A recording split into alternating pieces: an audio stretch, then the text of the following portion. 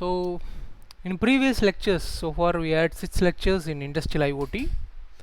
The previous lectures we have seen about what is IoT, what are the fundamentals of industry 4.0, what is IIoT, what are the applications of IIoT. In this way we have discussed a lot of aspects. So now we are in the second chapter. These are the topics that we are yet to discuss in this second chapter. So the first two we are going to see about. These two are almost like a recap. Okay, so sensors and actuators you might have studied. Okay, sensor kandipa padichirupinga because you had the transducer and smart instrument subject irukku adula padichirupinga. So then we'll have types of actuators and the different these are some of the protocols we are going to see. ART, Modbus, இதெல்லாம் வந்து என்னன்னா communication protocols. Okay, so ART, Modbus, Ethernet, BACnet, current, these are the protocols we'll see. Unit 3 ஃபுல்லாவே வந்து different protocols எல்லாம் concentrate பண்ணிருக்கோம். Okay, that we'll see. Okay, so starting today's discussion with sensors and smart sensor. You know what is a sensor, right? So சென்சார்ன்றது வந்து ஒரு physical ஃபினாமினனை சென்சாரில் அடிப்படையாக இருக்குது ரெண்டு விஷயம். சென்சார்னு சொல்லும்போது அதில் என்ன இருக்குது அப்படின்னா ஒரு டிரான்ஸ்டியூசர் இருக்கும், அது கூட ஒரு டிரான்ஸ்மிட்டர் இருக்கும். ஸோ இந்த டிரான்ஸ்டியூசர் என்ன பண்ணும், கொடுத்துருக்கூடிய ஃபிசிக்கல் ஃபினாமினனை எலக்ட்ரிக்கல் குவான்டிட்டியாக மாற்றி கொடுக்கும். அப்படி மாற்றின எலக்ட்ரிக்கல் குவான்டிட்டியை கரெக்டான ரேஞ்சுக்கு மாற்றி this transmitter will transmit the signal. இது ரெண்டுமே சேர்ந்தது தான் வந்து சென்சார் அப்படின்னு சொல்லுவோம். ஓகே, ஸோ முதல்ல என்ன பார்க்க போகிறோம் அப்படின்னா, இப்படிப்பட்ட இருக்கக்கூடிய அந்த சென்சார்ஸ் வந்து நம்ம ஐஓடி, நம்ம இண்டஸ்ட்ரியல் ஐஓடியோட ஒரு முக்கியமான ஒரு அங்கம் வந்து சென்சார் தான். ஏன்னா ஒரு ஃபிசிக்கல் பேராமீட்டரை தான் நம்ம வந்து க்ளவுடில் டேட்டாவை அனுப்ப போகிறோம். அப்படி அனுப்பணுன்னா அந்த சென்சார் வந்து ப்ராப்பராக அந்த ஃபிசிக்கல் ஃபினாமினனை மெஷர் பண்ணணும். ஓகே, ஸோ அப்போ மெஷர் பண்ணக்கூடிய அந்த சென்சாரோடைய தன்மைகளை தான் முதல்ல பார்க்குறோம். So first we are going to concentrate on characteristics of sensor. So நம்ம முக்கியமான விஷயம் என்னென்னா characteristics of the sensor we are going to see. Okay, so first characteristic நம்ம என்ன பார்க்க போகிறோம்னா லீனியாரிட்டி அப்படின்ற characteristic. So we know that what is linear, அதாவது எவ்வளோ இன்புட் இருக்கோ அதுக்கு தகுந்த மாதிரி அவுட்புட் இருக்கணும். எவ்வளோ அளவுக்கு இன்புட் இருக்கோ அதுக்கு தகுந்த மாதிரி அவுட்புட் இருக்கணும். ஸோ அதுக்கு பேர் linear. Okay, that is proportional. So இந்த இடத்துல ஏவும் பியும் ஈக்குவலாக இருக்கும், then it is linear. But in reality உங்களுக்கு எந்த ஒரு ரெஸ்பான்ஸுமே வந்து லீனியராக இருக்காது. So there will be some amount of linearity இருக்கும், அதுக்கப்புறம் போக நான் லீனியாரிட்டி இருக்கும். Any real world sensor is non linear. Okay, any real world sensor is non linear in nature. Okay, அப்போ நாம் என்ன பண்ணுவோம் அப்படின்னா, there are different ways you can linearize a system. Okay, you can linearize a system, linearize பண்ணிட்டு, so நமக்கு linear சிஸ்டத்தில் it will be very easy to work. Okay, so linearize பண்ணுறது, so linearize there is something called as piecewise linearனு ஒன்று இருக்குது. Okay, so அதாவது இப்போ இந்த system இந்த ஃபுல் ரெஸ்பான்ஸ் நான் லீனியராக இருந்தாலும் ஒரு பர்டிகுலர் லிமிட் வரைக்கும் நீங்கள் எடுத்திங்கன்னா அது லீனியராக இருக்கும். This is called piecewise linear. இந்த மாதிரி you divide into components and see how it is linear. அந்த ஆப்ரேட்டிங் ரேஞ்ச் அதுக்குள்ளே ஃபிக்ஸ் பண்ணலாம். அல்லது you use external circuits. For example நம்ம தெர்மிஸ்டர் எடுத்துக்கிட்டிங்கன்னு வச்சுங்களேன். Thermistor is perfectly non linear. So your thermistor response will be something like this.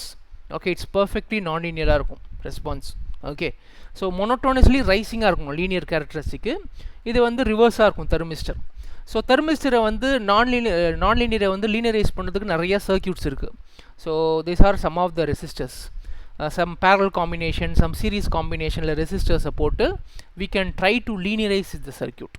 அது மாதிரி RTT கூட ஆக்சுவலாக ஆர்டிடியோட ஈக்குவேஷன் பார்த்தீங்கன்னா RT is equal to R0 into 1 plus alpha t நம்ம use பண்ணுறோம். பட் ஆக்சுவல் ரிலேஷன் பார்த்தீங்கன்னா it will be something like t square alpha cube t cube மாதிரி. It's a non linear equation. அதை என்ன பண்ணிடுறோம், நம்ம லீனியரைஸ் பண்ணிக்கிறோம். Okay, we linearize the equation and we consider only the linear terms. Non linear terms எல்லாத்தையுமே நம்ம omit பண்ணிடுறோம். Okay, but in reality all the sensors in our real world are non-linear. Okay, so one particular characteristic that we are in very important is linearity. Second நம்ம முக்கியமாக பார்க்க வேண்டியது calibration. So கேலிப்ரேஷன்னா என்னன்னு சொல்லுங்க பார்ப்போம். What is calibration?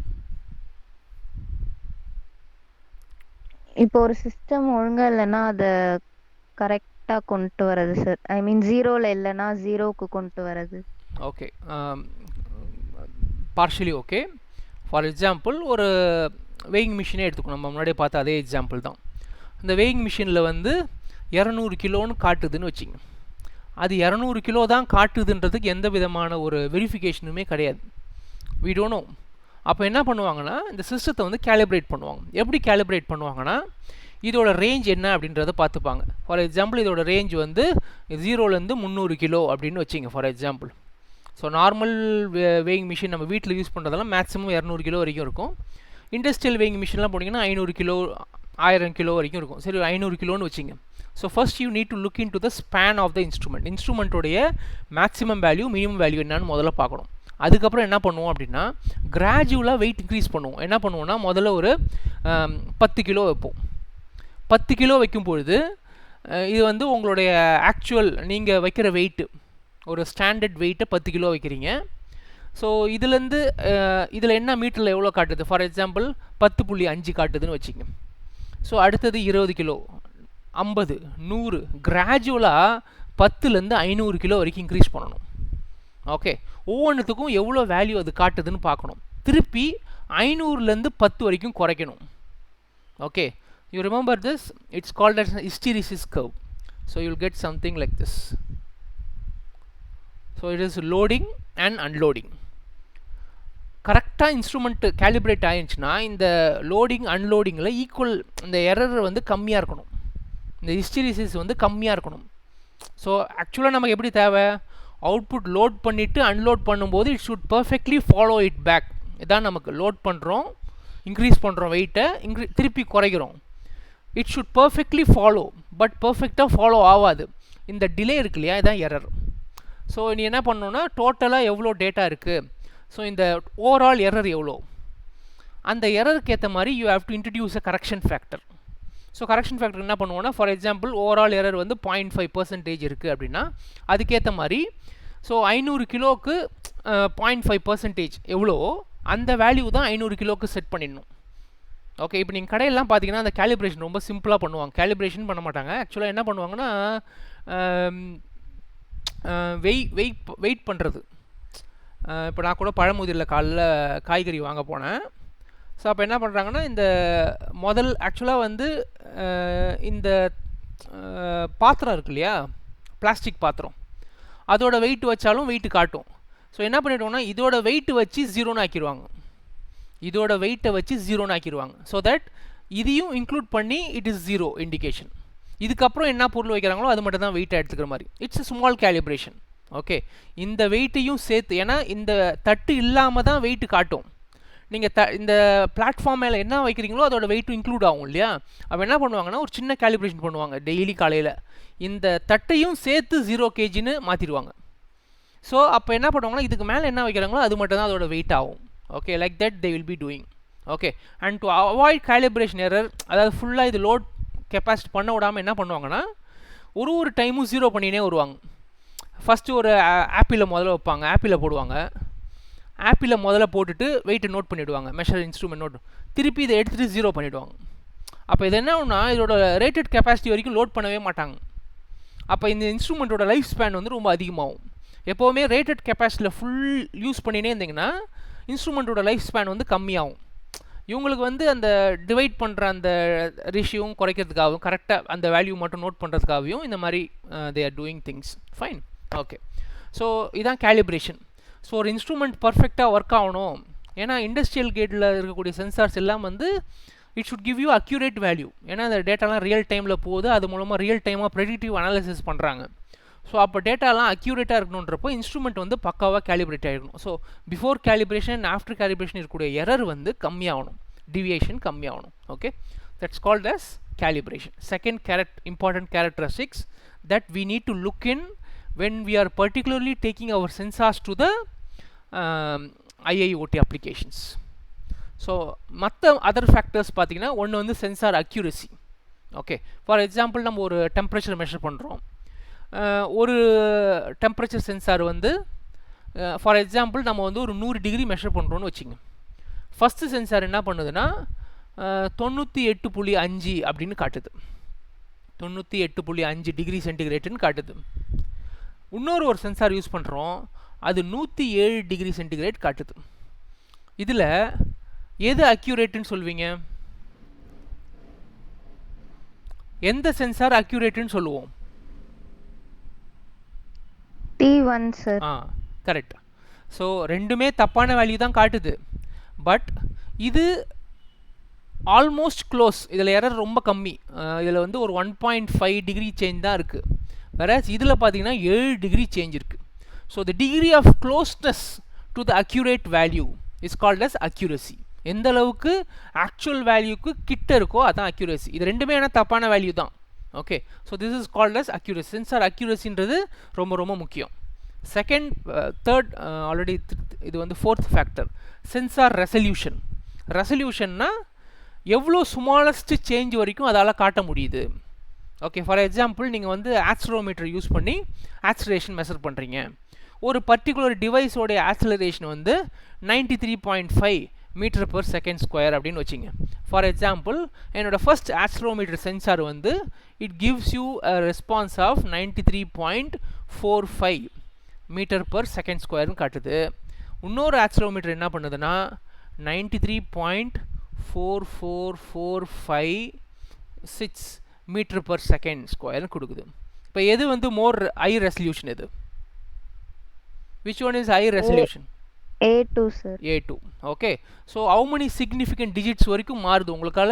ஒரு 0.00061 change வரைக்கும் காட்டுது அப்படின்னா this will be the high resolution. Okay, but high resolution comes with a price. Okay, so நமக்கு 3.5 டிஜிட்டே வந்து ரொம்ப காஸ்ட்லி. 4.5 5.5 போக போக ஆக்சுவலாக அந்த நம்பர் ஆஃப் டிஜிட்ஸ் போக போக ஆக்சுவலாக காஸ்ட் அதிகமாகினே போகும். இன்ஸ்ட்ருமெண்ட்டோட காஸ்ட் அதிகமாகும்.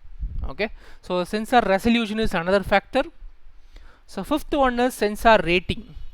So rating என்றது அதோட minimum value என்ன, அதோட maximum value என்ன. Okay, so what is the minimum and maximum value? எவ்வளோ maximum அதால் தாங்க முடியும், எவ்வளோக்கு மேலே அந்த டிவைஸ் யூஸ் பண்ணவே முடியாது அப்படின்றதெல்லாம் சென்சார் ரேட்டிங். ஓகே, அதோட ஃபிக்ஸட் திங்ஸ். ஓகே, அது ரேட்டிங், அதோட ஸ்பேனு அதெல்லாமே சொல்கிறது. Okay, that's what. ஏன்னா அந்த மேக்ஸிமம் வேல்யூக்கு மேலே போயிடுச்சுன்னா it will become saturate. Maximum value it is reached means it becomes saturated. அதுக்கு மேலே அந்த சென்சார் வந்து யூஸ் பண்ண முடியாது. ஸோ இது இல்லாமல் அடுத்த சில முக்கியமான பேராமீட்டர்ஸ் பார்த்தீங்கன்னா operating voltage.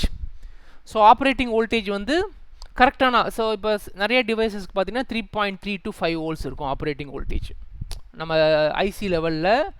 For example DDL ISIS எல்லாமே வந்து உங்களுக்கு வந்து 5 volt ஆப்ரேட் ஆகும். ஸோ என்ன ஆப்ரேட்டிங் வோல்டேஜோ கரெக்டான வோல்டேஜை கொடுக்கணும். ஓகே, அடுத்தது லாஸ்ட் ஃபேக்டர் வந்து அவுட்புட். அவுட்புட் சில சமயம் அனலாகாக இருக்கும், சில சமயம் டிஜிட்டலாக இருக்கும்.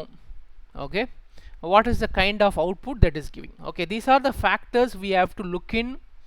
Okay, so first one on the characteristics, I mean say linearity, second one is calibration, third one is accuracy, fourth one is resolution, fifth one is rating, and sixth one is operating voltage, and seventh one is output.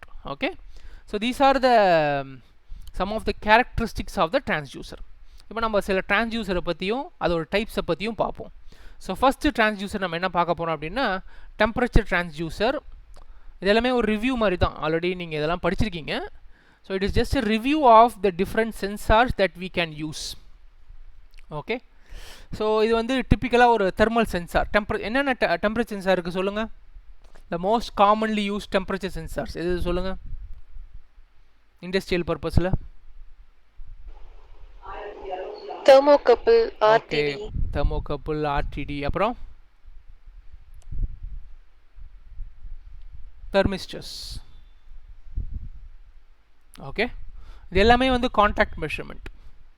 If you want to go for non contact measurements then you have to go for radiation பைரோமெட்ரி. So radiation pyrometry use பண்ணி you can go for a non contact measurements. Okay, So already know about what is RTD, thermocouple, thermistor. So I'm not going to touch about those things. So these are the sensors that are normally employed in the industry for measurement of different parameters. Okay. So second, mechanical sensors. So mechanical sensors something like they use a mechanical phenomenon to measure. For example, pressure sensor, pressure, அப்புறம் altimeter, அப்புறம் you can chart dew point meter. Okay, so இதெல்லாமே வந்து ஒரு mechanical pressure மூலமாகவோ இல்லை load செல், இதெல்லாம் வந்து ஒரு ப்ரெஷர் மூலமாக ஒரு மெக்கானிக்கல் ஃபோர்ஸ், ஒரு மெக்கானிக்கல் மூமெண்ட்னால ரெக்கார்ட் ஆகுறது. இது பேர் வந்து you call it as mechanical sensors. Okay, can you tell some pressure gauges? Low pressure measure பண்ணுறதுக்கு ஏதாவது ஒரு ப்ரெஷர் காஜ் சொல்லுங்கள். வெரி லோ ப்ரெஷர், வேக்யூம் ப்ரெஷரில் மெஷர் பண்ணுறதுக்கான சில ப்ரெஷர் காஜ் சொல்லுங்கள்.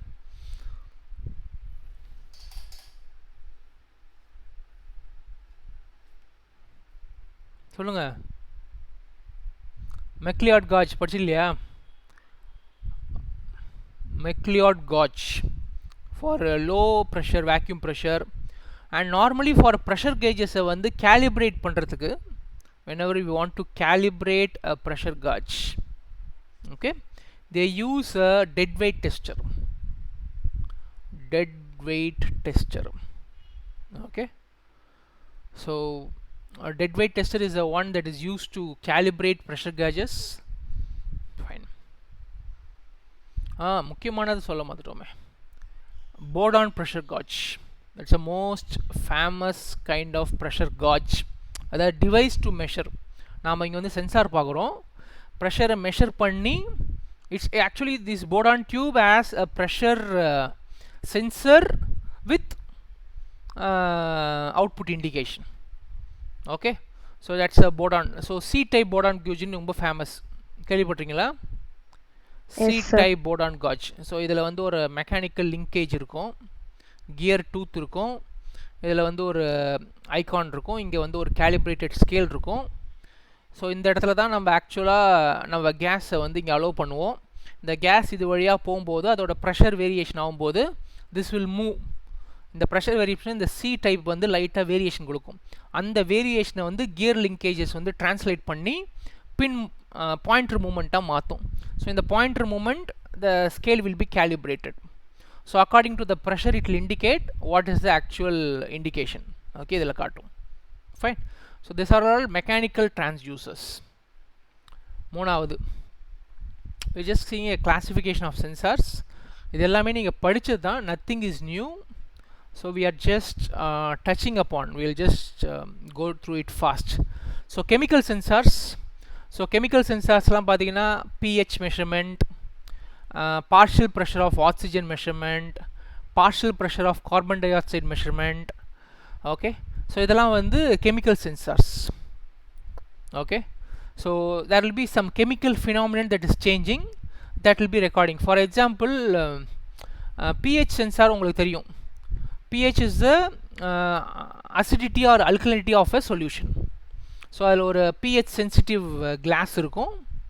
So where hydroxyl ions diffuse and these hydroxyl ions are responsible for the change in pressure. ஒரு difference in ப்ரெஷருக்கு ஏற்ற மாதிரி it will produce a difference, அந்த அயான் டிஃப்யூஷனுக்கு ஏற்ற மாதிரி it will produce an output voltage.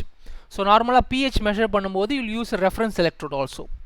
You'll use a reference electrode so to measure the actual pressure, actual pH value. Okay, so pH oda principle தான் again we go use it for PCO2 also. partial pressure of carbon dioxide measure பண்றதுக்கும் we use the actual principle of pH தான். okay, so PCO2 க்கு பாத்தீங்கன்னா எப்படி இருக்குன்னா ஒரு sensitive tip இருக்கும், அதில் ஆக்சுவலாக வந்து ஒரு pH சென்சிட்டிவ் லேயர் இருக்கும். அப்போ என்ன ஆகும்னா அந்த சொல்யூஷனில் இருக்கக்கூடிய ஆக்சுவலாக வந்து கார்பன் டை ஆக்சைடை மட்டும் உள்ளே விடும். இந்த கார்பன் டை ஆக்சைடு இங்கே உள்ளே போயிட்டு இந்த இடத்துல என்ன இருக்கும் அப்படின்னா ஒரு ஹைட்ரஜன் பெராக்சைடு லேயர் இருக்கும், H2O2 இருக்கும் ஆக்சுவலாக. ஓகே, ஸோ இந்த கார்பன் டை ஆக்சைடு இந்த H2O2 கூட இன்ட்ராக்ட் பண்ணும்போது it form something called as HCO3, carboxyl acid form ஆகும். இந்த இடத்துல என்ன இருக்கும்னா ஒரு பிஹெச் சென்சிட்டிவ் கிளாஸ் இருக்கும். ஓகே, PCO2ல இதான் அடிப்படையில் உள்ளே இருக்கக்கூடியது. முதல்ல ஒரு carbon dioxide sensitive layer இருக்கும். இது என்ன பண்ணும் அப்படின்னா வெளியே இருக்கக்கூடிய CO2 லேயர்ஸ், CO2 மாலிகல்ஸை மட்டும் உள்ளே அனுப்பும். இந்த இடத்துல என்ன இருக்கும்னா ஹைட்ரஜன் பெராக்சைடு இருக்கும்.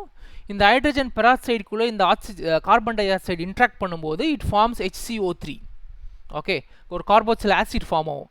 இந்த ப்ரெசன்ஸ் ஆஃப் H+ இருக்கு இல்லையா, that will be sensitive by this pH glass. அதுக்கேற்ற மாதிரி it will show you what is the value. Okay, so we have different chemical sensors which is used for different purposes. I am just telling about few sensors. Particularly these are very much useful in biomedical. For blood gas analysis ku vandu this is these type of parameters are normally used. Okay, so chemical sensors. So நாலாவது பாத்தீங்கன்னா optical sensors. Optical sensors என்னென்ன optical sensors ஞாபகம் இருக்கு சொல்லுங்க.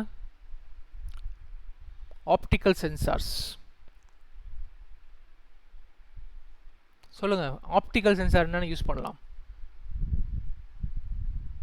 ஞாபகம் இருக்கா? photodiodes, phototransistors, we have LDRs, light dependent resistors, then we have